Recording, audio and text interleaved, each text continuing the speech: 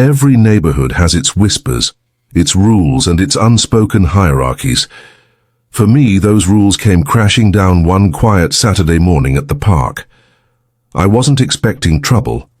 I was simply walking my dog, Max, a loyal, gentle soul, who had been with me through thick and thin. But what started as an ordinary stroll quickly became the spark for something much bigger. The neighbors had always looked at me differently. Being a black homeowner in a mostly white neighborhood came with its silent glares, its subtle reminders that I didn't fully belong. But when the HOA and a group of neighbors decided my dog was no longer welcome in the community park, it wasn't just about Max. It was about control, exclusion, and power. What they didn't know, however, was that the ground they were standing on, the park itself, carried a secret that would change everything. The weeks before, the conflict felt deceptively peaceful. The park was our escape, a place where kids laughed, families picnicked, and neighbors exchanged polite surface-level greetings. For me, it was where Max could run free, his golden fur glowing in the sun, his playful bark echoing across the open field. Max wasn't just a dog, he was family. After my father passed, Max had been the anchor that kept me steady. He was there during long nights of grief, resting his head against my chest, silently reminding me I wasn't alone. For a black man, in America, where the world often feels heavy with judgment and expectation, having that unconditional love meant everything.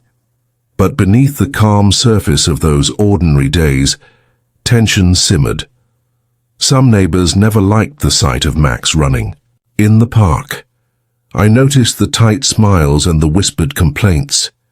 They'd murmur about rules and standards, though none of them ever approached me directly.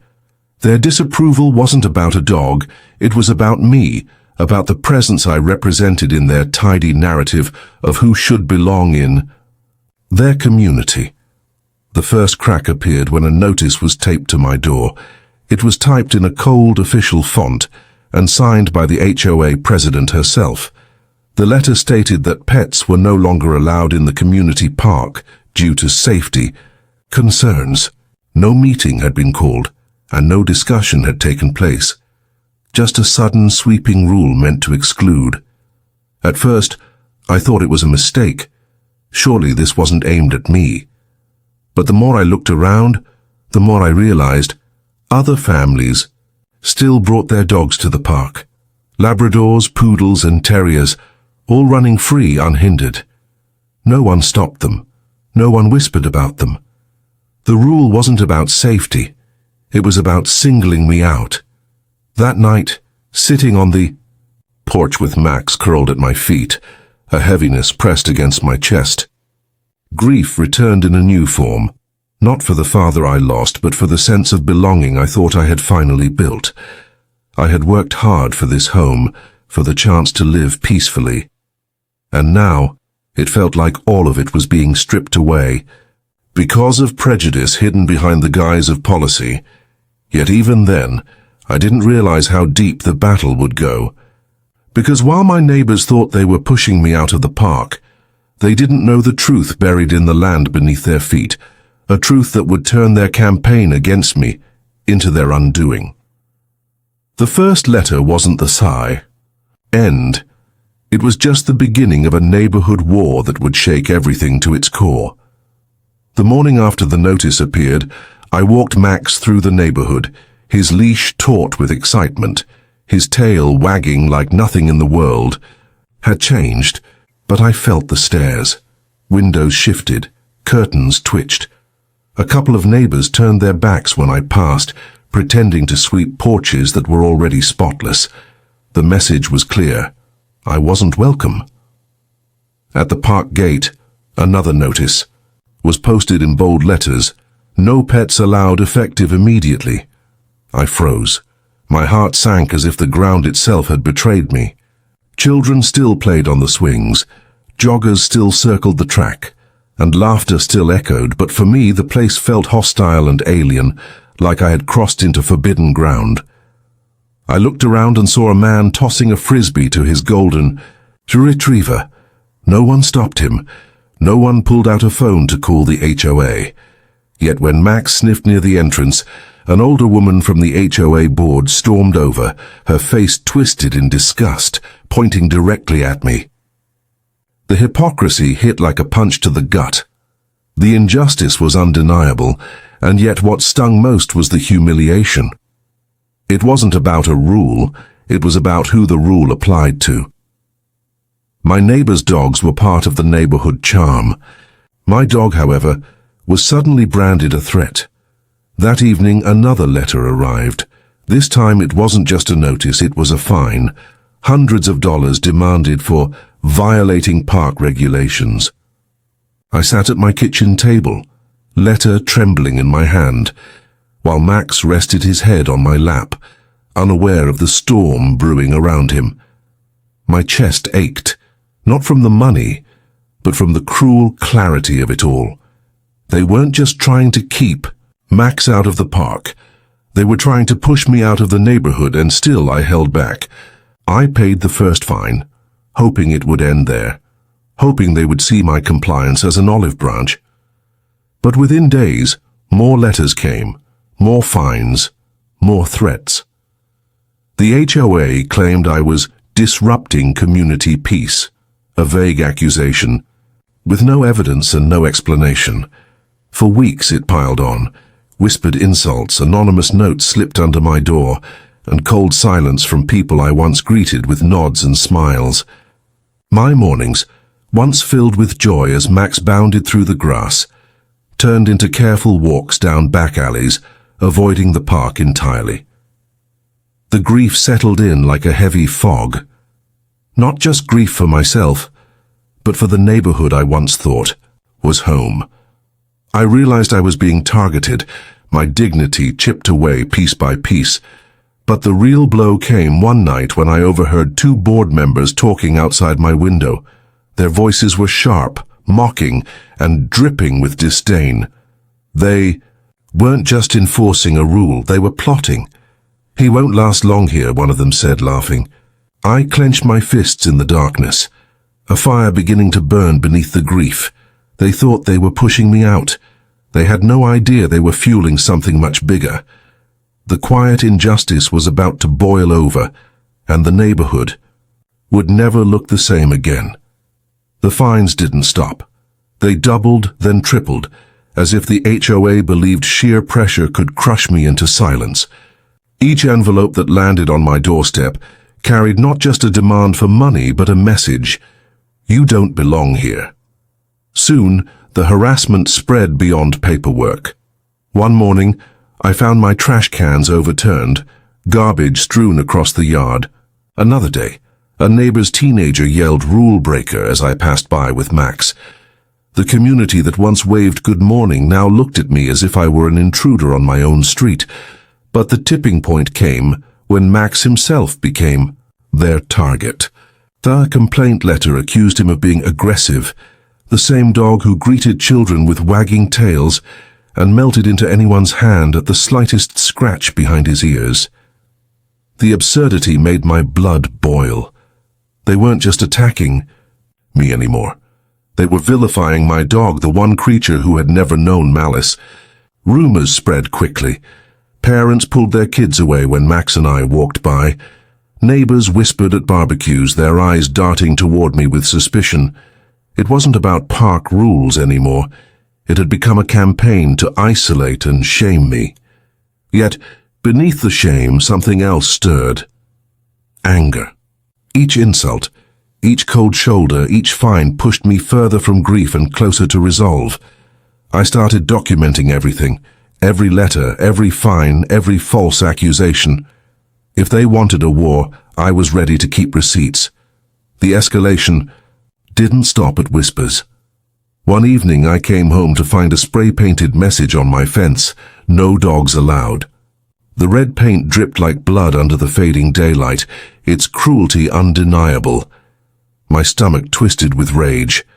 Still, I stayed quiet in public, careful not to give them the satisfaction of a confrontation.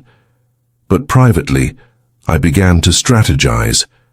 I thought of my family, of the sacrifices they had made for dignity, for respect, for survival. Black families like mine had fought for every inch of belonging in neighborhoods across America. This was no different. What my neighbors didn't know was that the land beneath the park, the very ground they were so desperate to keep Max off of, wasn't fully theirs. My grandfather had quietly invested decades earlier, leaving behind deeds that were now in my name. It was a detail buried deep in county records, forgotten by almost everyone. But I hadn't forgotten, and as I stood before that vandalized fence, spray paint still fresh in the air, I realized that perfect revenge wasn't just possible, it was inevitable. The neighborhood thought they had pushed me into a corner, but soon they'd learn I was the one holding the cards. The night after I found my fence defaced, I sat at the kitchen table with the old deed spread out before me. The parchment was yellowed and fragile, but the words printed on it were ironclad. The small park at the center of our neighborhood rested partly on land owned by my family. A portion was passed down quietly, never sold, never surrendered, and now that land was mine. I had stayed silent long enough. For weeks, I had carried the weight of fines, insults, and humiliation. But staring at that deed, I felt a surge of power I hadn't known in months. The very people trying to exile me from the park were, in fact, using my land without my permission. The irony was almost poetic. I spent days quietly preparing. I visited the county office, pulling official maps and property records. Every detail confirmed what I already knew. The HOA had built its playground and picnic tables on ground that didn't belong to them. My ground. The moment I walked out of the clerk's office with certified copies of the records, something shifted inside me. For the first time in this fight, I wasn't just reacting. I was holding the weapon. Instead of lashing out, I let the tension build. I kept paying the fines, letting them think they had won. I endured the whispers, the stares, and even the vandalism. All the while I knew a storm was coming, one they could never predict. Then came the board's biggest mistake.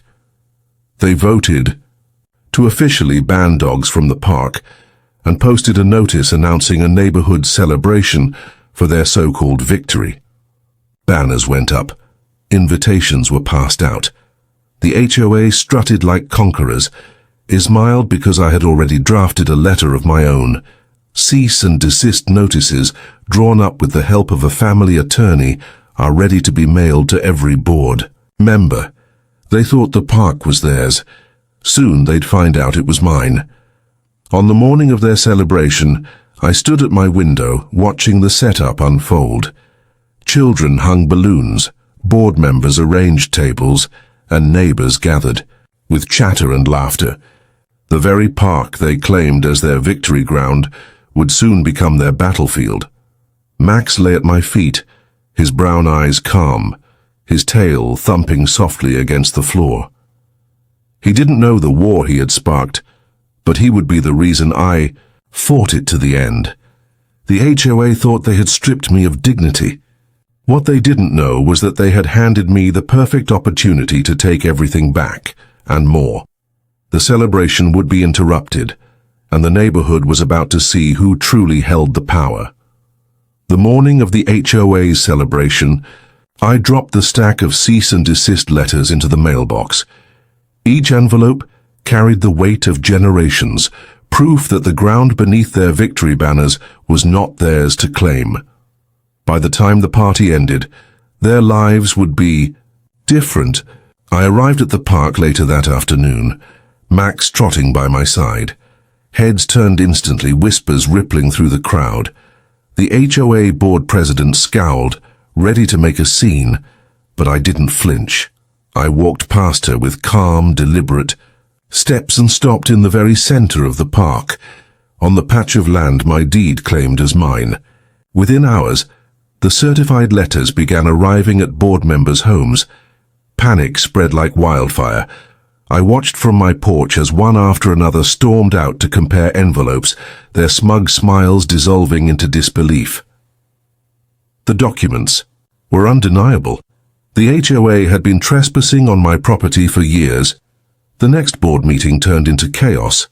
Neighbors filled the clubhouse, demanding answers, shouting over one another. I sat quietly in the back as the president tried to explain, her voice trembling, sweat glistening on her forehead. For once, the power dynamic had shifted. It wasn't me under scrutiny. It was them, but I wasn't finished. With my attorney uncle's help, we filed an injunction, legally restricting the HOA from holding events or enforcing rules on the portion of land I owned. That included the playground, picnic tables, and, most importantly, the very entrance they used to access the park. In one stroke, I had taken their crown jewel and locked it down. The neighborhood buzzed with gossip. Some cheered quietly for me, admitting later they had suffered their own run-ins with the HOA. Others, still loyal to the board, glared as though I had betrayed some sacred order. But the truth was spreading. The HOA wasn't invincible. Meanwhile, I brought Max back to the park. This time, no one stopped me. No angry stares, no shouting. Just silence, thick and uneasy, as my dog bounded across the grass that had always been ours. His joy became my victory, but the HOA didn't retreat gracefully. They threatened lawsuits, sent desperate emails, and even tried to rally neighbors to protest. Yet every attempt collapsed under the weight of the evidence. The more they fought, the more foolish they looked. And as the weeks passed, I could see it, their grip on the community unraveling. The people they once bullied began questioning everything. Fines, rules, meetings, all of it seemed weaker, thinner, when faced with someone who had stood up and won. But the fight wasn't over. The final showdown was coming, and the HOA's collapse would be louder, messier, and more humiliating than anyone could have imagined. The HOA's desperation finally drove them into court. They filed a lawsuit, accusing me of harassment and claiming the park belonged to the community trust. On paper, it looked like an attempt to regain control. In reality, it was their last gasp for power. I walked into the courthouse with my attorney uncle at my side, carrying the certified deeds, maps, and decades-old signatures that proved ownership. The HOA board shuffled in, red-faced and defensive, whispering among themselves as if rehearsing excuses. Neighbors packed the gallery, curious to see how the drama that had split the community would finally end. The hearing was brief, almost anticlimactic. The judge barely glanced at the HOA's flimsy arguments before turning to the stack of documentation in my uncle's hands. The truth was undeniable. The land was mine, legally inherited, never relinquished. What the HOA had called their park was, in fact, private property. When the ruling came down, it wasn't just a win, it was a reckoning. The judge dismissed the HOA's claims with prejudice and ordered them to cease all enforcement actions on my land. Worse for them, the court fined the board for misuse of funds, citing how they had spent community dues on legal fees for a case they could never win. The ripple effect was immediate. Board members resigned in disgrace, one after another, their reputations shattered. Neighbors who once mocked me now turned their anger on the HOA, demanding transparency, refunds, and new leadership. The empire they had built on intimidation crumbled in weeks, and there I was, standing quietly at the center of it all, no longer the outcast, no longer the target, just a man who had fought back and won. The first weekend after the ruling, I walked Max through the park. The air felt lighter, the stares replaced with nods, even smiles. Children laughed again, neighbors mingled without fear, and the playground echoed with life. For the first time in months, the park felt like what it should have been all along, a place of peace, not power. As Max bounded ahead, tongue lolling, I thought about the journey, about how quickly grief had turned into humiliation, and how humiliation had transformed into resolve. What began as an attack on my dog had become a battle for dignity, not just mine, but for every neighbor who had been silenced by unfair rules. The HOA thought they could strip me of belonging. Instead, they stripped themselves of power, and all it took was one truth buried in old deeds and the determination not to bow down. Justice wasn't loud that day. It wasn't fireworks or cheers. It was quiet, steady, undeniable, like the sound of Max's paws hitting the grass free and unchallenged, because sometimes the best revenge isn't anger. Sometimes it's showing the world you were right all along. This was today's secret.